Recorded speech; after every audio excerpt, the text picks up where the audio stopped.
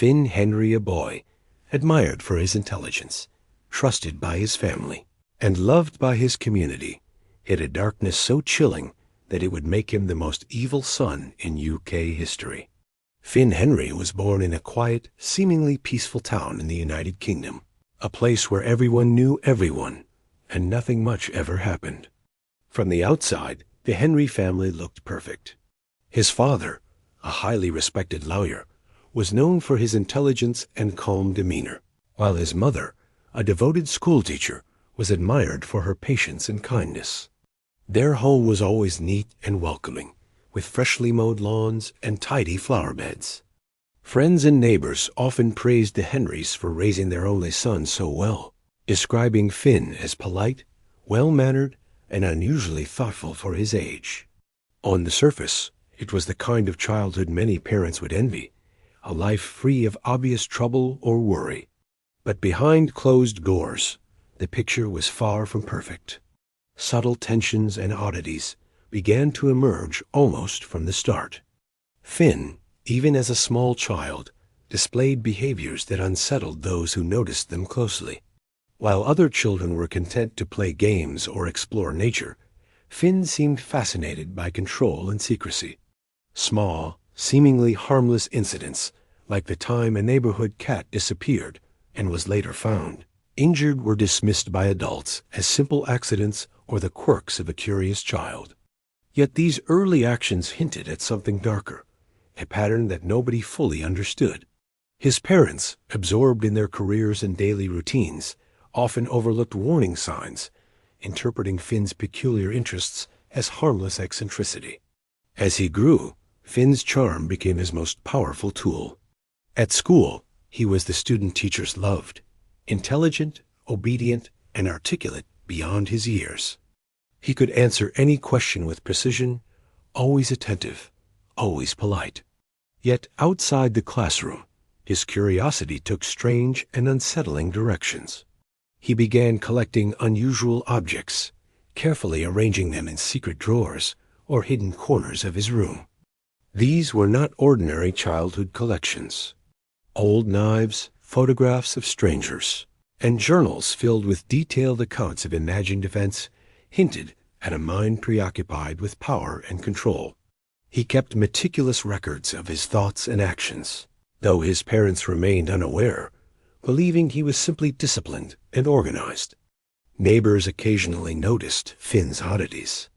Some recalled the unsettling calm in his eyes, a detachment that made them uneasy. He rarely played with other children, and often watched them with a quiet intensity that seemed to analyze rather than enjoy. Even small lies, innocent on the surface, carried an underlying purpose and precision, a subtle manipulation designed to see how others would react. Adults were puzzled but inclined to excuse his behavior, assuming it was just part of growing up. Nobody could have predicted the darkness these early signs foreshadowed. The more time passed, the more the cracks in the family's perfect image began to show, though they were invisible to outsiders. Finn's fascination with control and secrecy became more pronounced, shaping his thoughts and actions in ways his parents could not foresee. He learned early on that appearances could be deceiving, that charm and obedience could mask troubling impulses.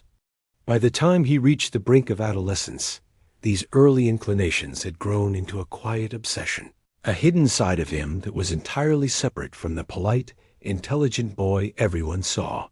The town continued to admire the Henry family, completely unaware that within their home, a darkness was quietly taking root, waiting for the moment it could emerge. As Finn Henry entered his early teenage years, the subtle peculiarities of his childhood began to take on a more disturbing and calculated form. He had grown taller, more confident, and outwardly charming, but beneath the surface, a quiet obsession with control and power had begun to dominate his thoughts. At school, he maintained the image of the perfect student. Teachers admired his intelligence and attentiveness. Classmates were drawn to his polite demeanor, and parents in the neighborhood saw him as a model of good upbringing. Yet behind closed doors, Finn was meticulously crafting a private world that few could imagine. His bedroom had become a sanctuary for his growing fascination with the darker side of human nature. Every item he collected was deliberate, a piece of a puzzle only he could understand. Old knives with worn handles, photographs of strangers, and notebooks filled with detailed observations of people he encountered were all carefully catalogued. It was not mere curiosity. It was obsession.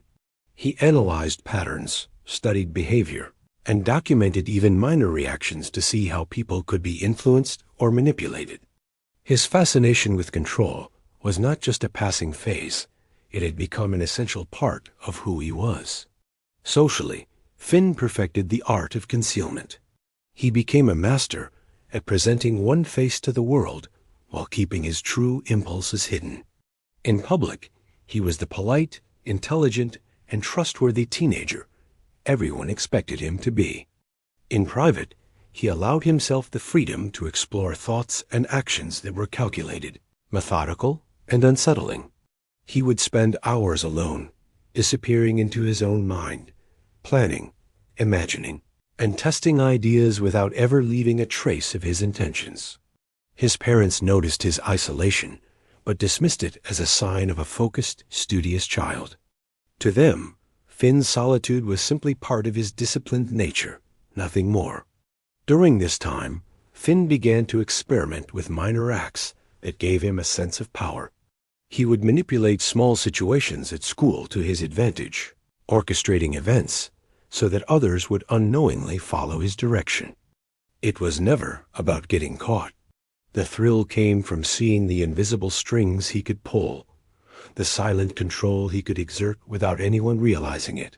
Even small pranks or minor deceptions carried a precision that set him apart from ordinary mischief. Each success reinforced his belief that he was superior, capable of thinking, acting in ways others could not comprehend.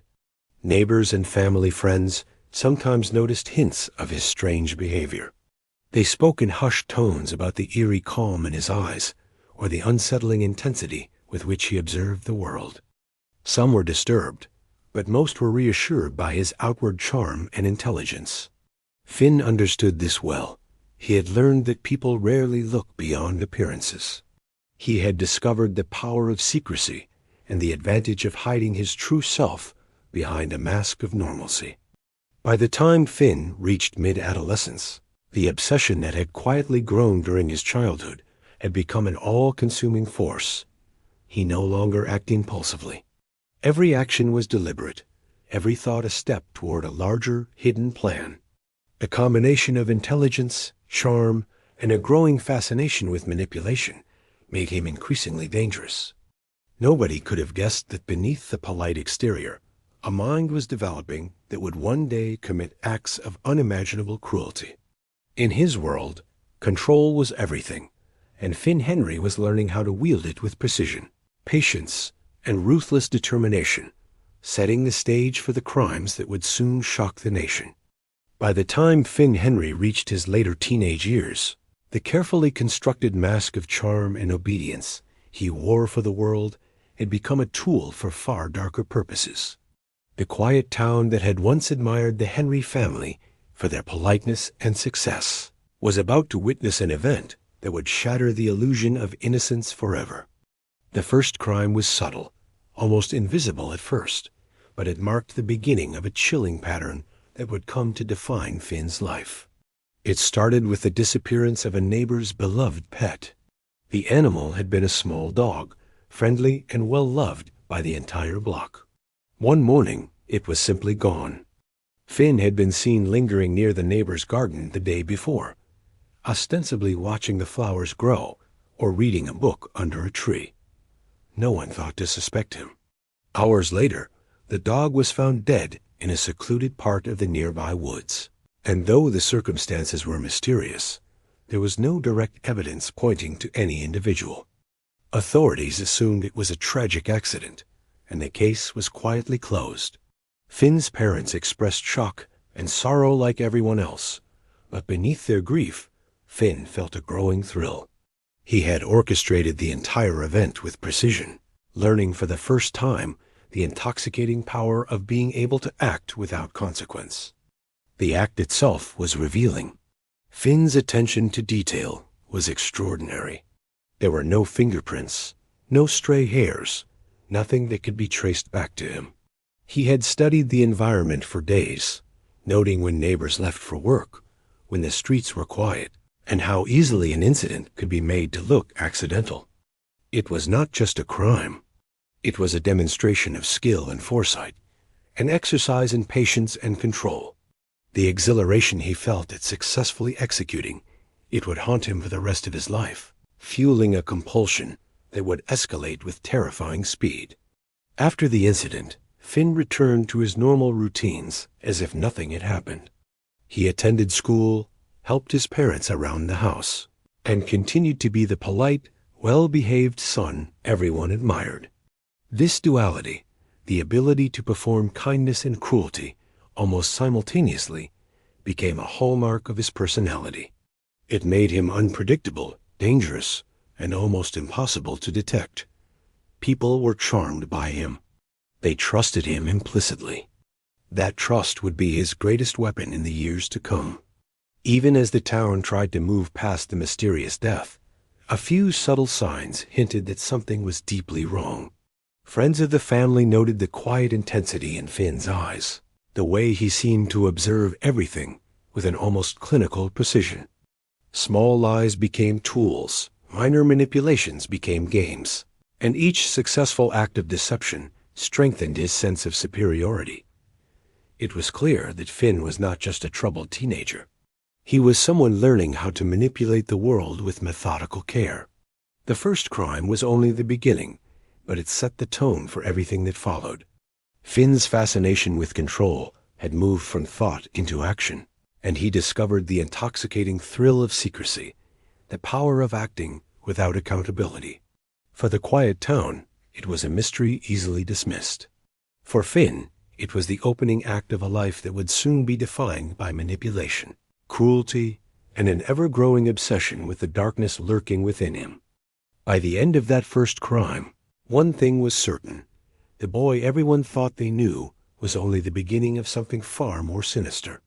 As Finn Henry moved deeper into his teenage years, the contrast between his public persona and private life became more pronounced. To the outside world, he was the model teenager, polite, intelligent, and unremarkable in a way that made him almost invisible. Teachers praised his work ethic, neighbors admired his manners, and even his parents felt proud of the calm, composed young man their son appeared to be. But behind the locked doors of his bedroom, Finn was constructing a secret world that grew darker and more obsessive with every passing day. His room had become a private sanctuary for his hidden impulses. Shelves were lined with carefully arranged notebooks, each page filled with detailed observations about people he encountered, friends, neighbors, strangers on the street. He cataloged their habits, weaknesses, and fears, as though he were preparing for a complex experiment in control. In drawers and hidden compartments, he kept objects of fascination, old knives, tools, photographs of people he didn't know, and scraps of articles detailing crimes from around the country. Every item, every note, was meticulously organized, and every action was deliberate. It was no longer simple curiosity. It was an obsession with understanding power, fear, and manipulation. Finn spent hours alone, disappearing for long stretches of time without explanation. He would retreat into his thoughts, planning and imagining scenarios that no one would suspect. In these moments, he was completely absorbed in the mechanics of control, how to influence, how to intimidate, how to stay invisible while orchestrating events. The thrill came not from recognition or reward, but from the knowledge that he could act without detection, that he could bend circumstances to his will without anyone suspecting a thing. His parents began to notice his increasing isolation, but they interpreted it as the behavior of a focused, studious child rather than the warning signs it truly was. Friends who tried to reach out were subtly pushed away, often without realizing it. Finn's ability to manipulate those around him extended even to his family, who believed they understood him completely. In truth, they had no idea who Finn really was. His calm demeanor, polite conversation, and occasional displays of affection were carefully calculated to maintain the illusion of normalcy. As his secret world expanded, so did his fascination with cruelty. He began small experiments, testing reactions and boundaries. A dead animal left in a hidden corner, a minor act of deception that caused anxiety or fear. Each act was recorded and analyzed in his notebooks. For Finn, the reactions of others were the most valuable part, the proof that he could manipulate reality itself without ever being caught.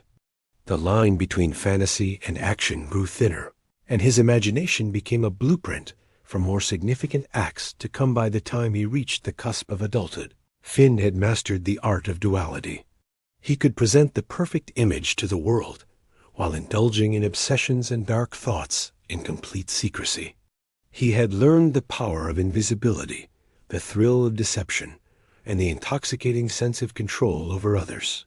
What the town saw a polite, intelligent, and reserved young man was only the surface. Beneath it, a mind was growing colder, sharper, and more calculated, preparing for the crimes that would one day shock everyone who had ever trusted him. In his private world, Finn Henry was no longer a boy. He was a master of manipulation, a silent predator, and a carefully concealed threat, waiting for the right moment to strike. The quiet town had never experienced anything like the disappearance of the local shopkeeper, and it marked a chilling escalation in Finn Henry's dark obsession. To outsiders, the event seemed random, an unfortunate tragedy, but in reality, it was a carefully orchestrated act of manipulation and control. The shopkeeper, a middle-aged man well-liked by the community, vanished one morning without a trace. His store was left unlocked, shelves in slight disarray, and a sense of unease settled over the neighborhood. No one could imagine that Finn, a polite and intelligent teenager they all trusted, was at the center of it. Finn had studied the shopkeeper for weeks, learning his daily routines, observing when he left for errands, and noting the times the streets were least crowded. Every detail was logged in one of his meticulously maintained notebooks. He understood the environment as if he had mapped it entirely in his mind, the back alleys, the hidden paths, the times when no one would be watching. Unlike his earlier acts, which had involved small, almost symbolic demonstrations of control, this plan required careful timing and an understanding of human behavior on a larger scale. He was patient, waiting for the perfect moment to strike without leaving a trace. The day the shopkeeper disappeared, Finn executed his plan with the precision of someone who had rehearsed every step 1,000 times in his mind. He made sure that no one noticed him near the store, blending seamlessly into the background as though he were just another passerby. Once the opportunity presented itself, he moved quickly, unseen and unheard, guiding events so that the man vanished without a struggle or a clue. Hours later, the town began to panic, but investigators were baffled. There were no signs of forced entry, no clear motive, and no evidence pointing to any suspect.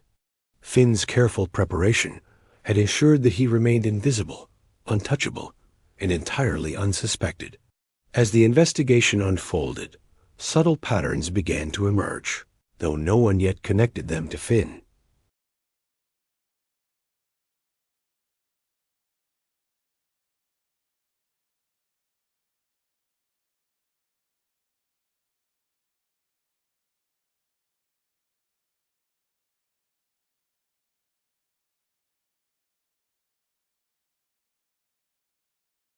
Finn observed the chaos with quiet satisfaction, documenting every news article, every police report, and every frightened conversation in his private notebooks.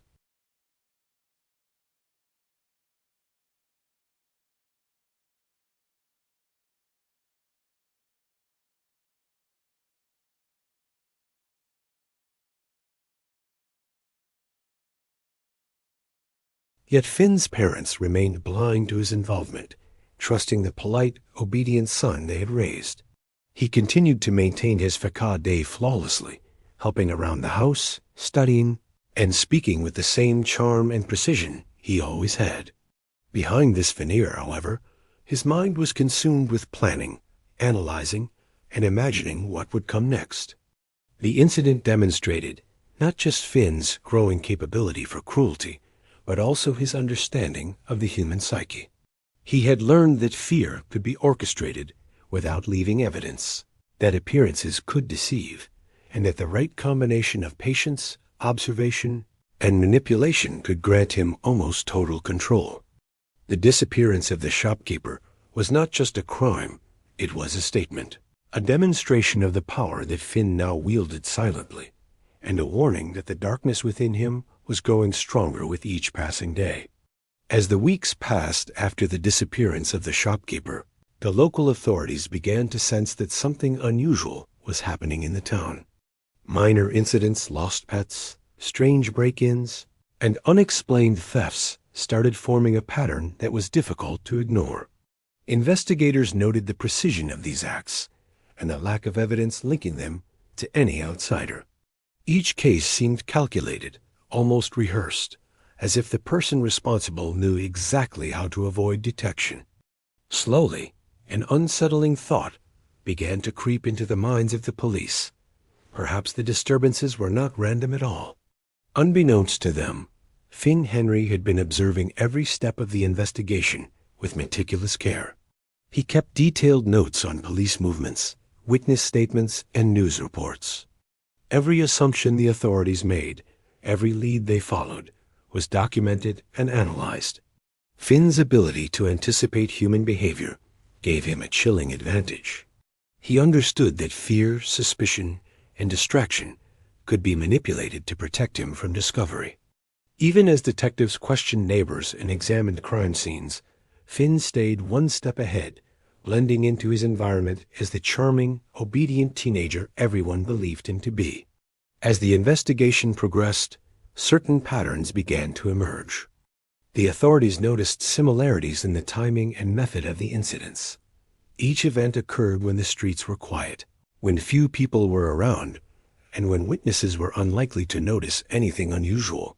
There was a subtle cruelty in the way the acts were carried out, careful enough to avoid suspicion, but designed to create fear and anxiety among the victims and their families.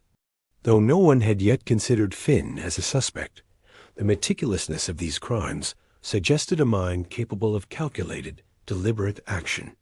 Authorities struggled to find connections, chasing leads that went nowhere while Finn quietly expanded his activities. His understanding of human psychology became increasingly apparent through the small but deliberate choices he made. He knew when to act, when to retreat, and how to manipulate the perception of those around him. Even the police, experienced in solving complex cases, found themselves frustrated by the lack of evidence. Finn's ability to remain invisible while orchestrating events was unmatched, a testament to his growing skill as a manipulator. While investigators were baffled, the town grew anxious. Residents became suspicious of strangers and even of neighbors, unsure who could be responsible for the escalating series of disturbances. Finn watched this fear with quiet fascination, documenting every reaction, every whispered conversation, and every sign of mistrust. Each observation reinforced his belief in the power he wielded from behind the scenes. He was not merely a participant in these events. He was the invisible hand guiding them, shaping the town's collective anxiety without ever being suspected. By this time, Finn's obsession had grown to consume almost every waking moment. He spent hours planning, analyzing, and testing scenarios in his mind, refining methods that could evade detection and amplify fear. The investigation had unintentionally become part of his game, a puzzle that he controlled without anyone realizing it. Every step taken by the authorities only deepened his sense of superiority, confirming that he was not just clever, he was untouchable. The town and its law enforcement had no idea that the person they trusted, the polite, intelligent boy they all admired, was the very mastermind orchestrating the events that had left them unsettled and afraid. Finn Henry's crimes had grown bolder, more complex, and far more dangerous than anyone in the town could have imagined. The earlier incidents, minor though they were in comparison, had been practice away for him to perfect his methods of manipulation, observation, and concealment.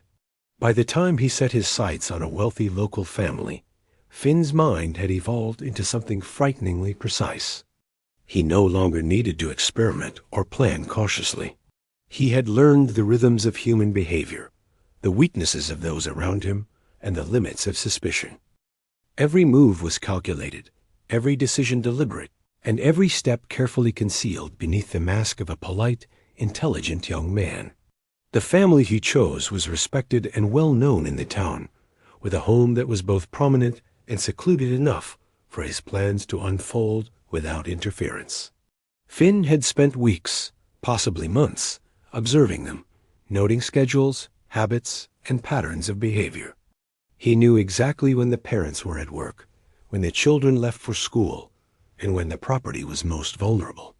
Unlike his earlier acts, which were designed to provoke fear on a smaller scale, this was a meticulously executed plan aimed at complete control over the situation. Every detail mattered: the timing of his approach, the placement of objects, the manipulation of locks and alarms. When the act was carried out, it was flawless. There were no signs of forced entry, no witnesses, no evidence left behind. The family simply vanished as if swallowed by the earth. The town was thrown into panic, local authorities scrambling for answers, and speculation ran rampant. Strangers, itinerant workers, and even distant relatives were questioned, yet the true perpetrator remained invisible. Finn's meticulous preparation had allowed him to control the narrative without ever revealing himself. His calm demeanor, coupled with his previous reputation as the polite and intelligent son of a respected family, ensured that no one even considered him a suspect. While the town and investigators searched for answers, Finn observed every reaction with clinical detachment. The fear, confusion, and frustration of the community became a source of fascination for him. He documented each news article, each conversation, each police report in his secret notebooks. It was not enough for him to commit the act. He wanted to understand the psychological impact, the ripple effect of his manipulations. Each observation reinforced the sense of power that had been growing within him since childhood, confirming that his control over events was nearly absolute. When authorities began to notice subtle inconsistencies in the case, they were too late. Finn had already moved on, leaving no trace, no fingerprints, no DNA. His ability to remain unseen and unsuspicious had reached its peak. The twist that would shock everyone came later, when forensic experts discovered evidence, carefully disguised but ultimately traceable, that pointed to someone close to the family. The revelation was staggering. The boy everyone trusted, admired, and considered innocent was, in fact, the mastermind behind one of the most chilling disappearances in the town's history. This final act was not only a demonstration of Finn's growing cruelty, but also the ultimate revelation of the man behind the mask. He had evolved from a curious, isolated teenager into a master manipulator, capable of committing horrific acts while maintaining the façade of normalcy. The town was left shaken, the authorities bewildered, and the story of Finn Henry became a dark reminder that appearances can be deceiving. The boy everyone believed they knew was gone, replaced by a calculated predator who had long hidden his true nature behind a mask of charm and obedience, leaving a legacy of terror that would never be forgotten. The trial of Finn Henry gripped the nation, drawing attention from every corner of the United Kingdom. What had once been a quiet, unremarkable town was now the center of a shocking story that revealed a darkness few could comprehend. From the moment he was taken into custody, it became clear that Finn was unlike any criminal the authorities had encountered before. Calm, composed, and eerily polite, he faced the proceedings with the same meticulous control that had characterized every aspect of his secret life. While the courtroom buzzed with tension, the full extent of his crimes slowly began to emerge. Evidence presented during the trial, painted a chilling picture. Not only had Finn orchestrated the disappearance of the local shopkeeper and the wealthy family, but forensic experts and psychologists also uncovered a series of smaller, previously unnoticed acts that demonstrated his manipulative genius. Journals filled with detailed observations, hidden collections of knives and disturbing memorabilia, and photographs of strangers, all meticulously documented, revealed the methodical mind behind his crimes. Each item was a window into his obsession with control, fear, and secrecy. The jury and the public were confronted with a reality that seemed impossible. A boy raised in a respectable family had developed a level of calculated evil that defied understanding. Psychologists testified about the unique nature of Finn's personality.